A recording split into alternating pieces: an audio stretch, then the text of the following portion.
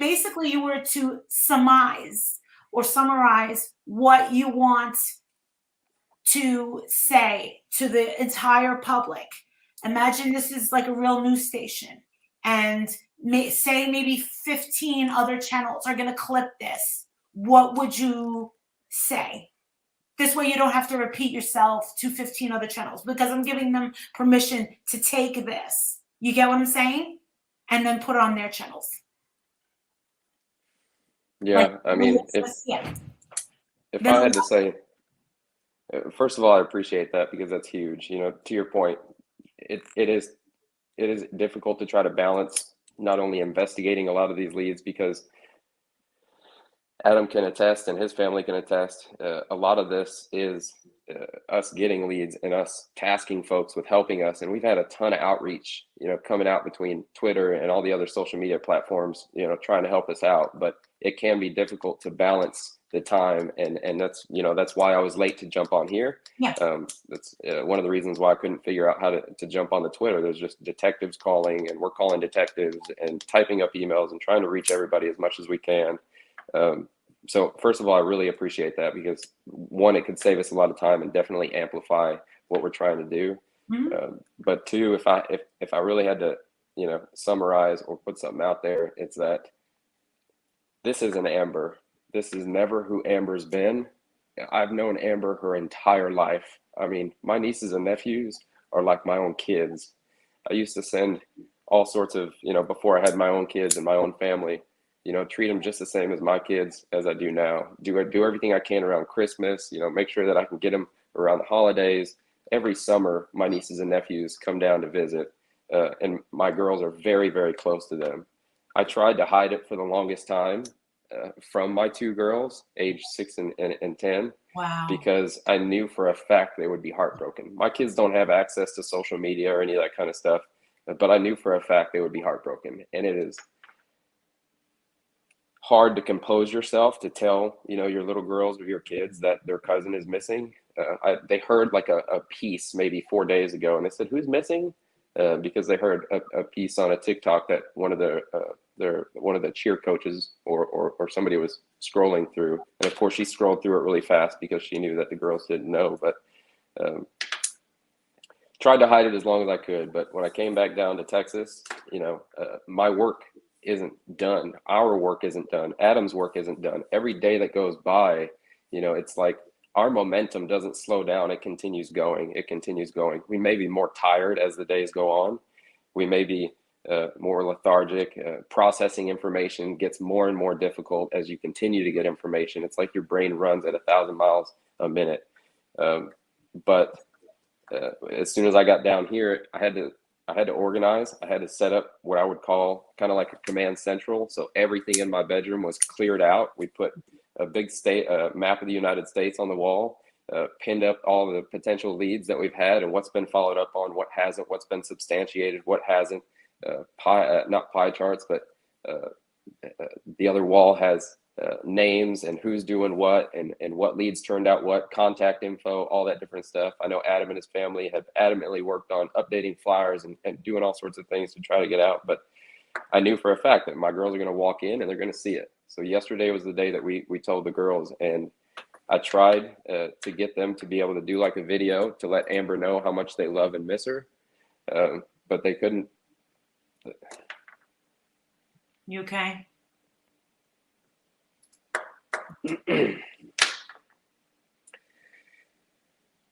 Amber, we really need you to come home, honey. You are loved by so many. And I know what you think you're going through right now is normal. I know what you think you're going through right now is love, but I promise you, honey, I promise you, what you have at home is love. What you're going to find in the future down the road is love. This is not love. This is wrong. He has taken advantage of you. I promise you that. I'm your uncle. Trust me. We're close. I've been in your life your entire life. You know I would never lie to you. You've got to come home. Find a way. If you're at a gas station, tell the clerk. If you're near a device, log into your social media. Do something so we can get a pin on you. My number is 254-457-8628. Reach out. Give me a call. I don't care. We've got to get you home, Amber. I promise you, you are loved. You're loved at home. That man that is with you is taking advantage of you. He preys on younger girls. I promise you. I would never lie to you. Just come home.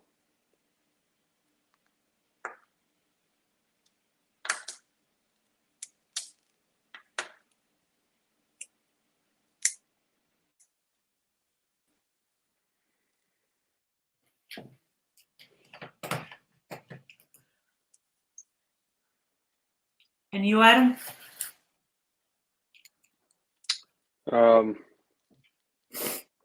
James, that was great. I guess going off of that, I want to continue to thank the community for supporting this. We've had incredible support here in Hendersonville and Gallatin. Please keep sharing these videos. Old posts, new posts. Any groups he was involved in, those dad advocacy groups, the outdoor groups, keep an eye on those because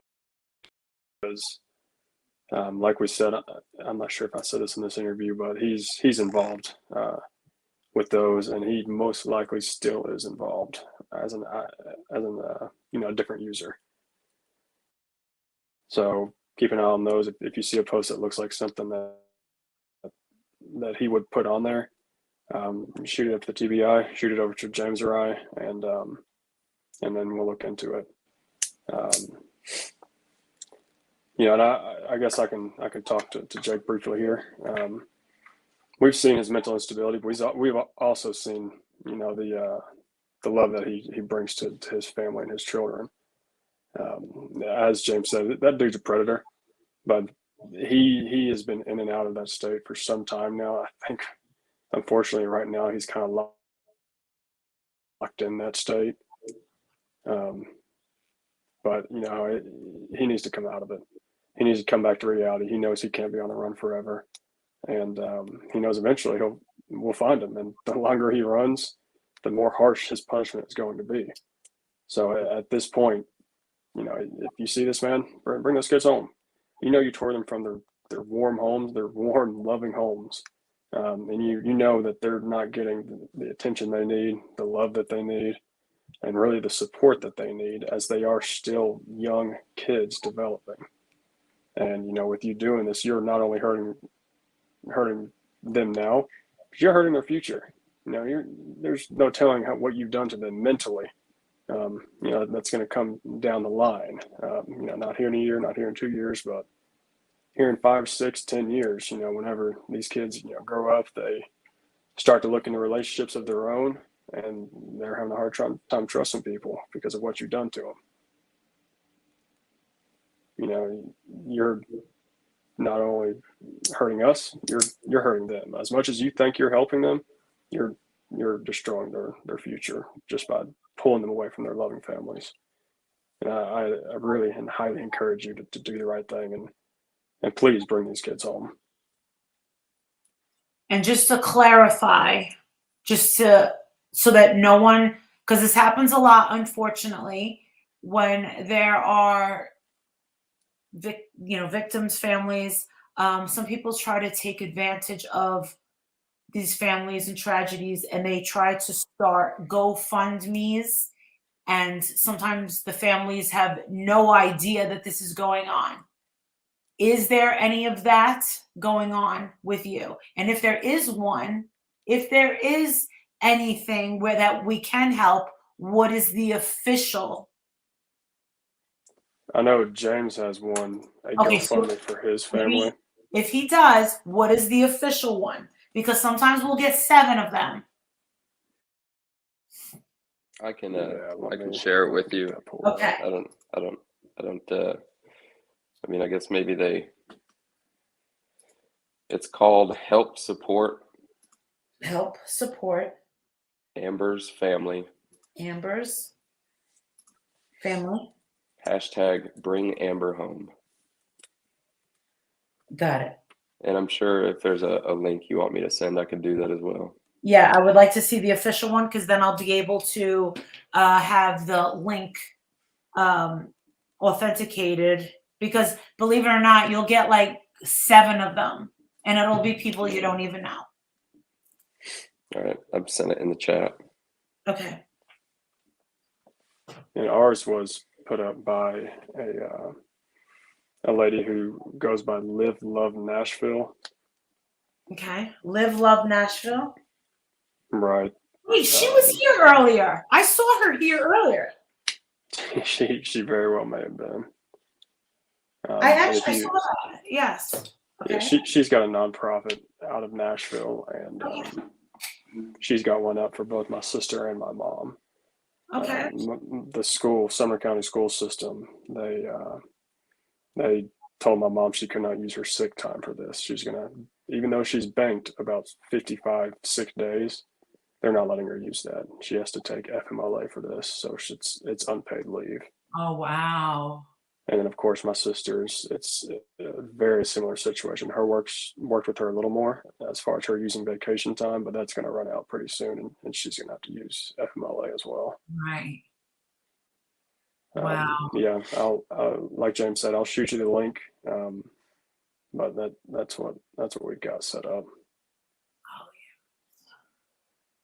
yeah. I swear I just saw them. You just saw who, Holly? It all comes up with hashtags. What did you see, Holly? You just saw a hashtag with James.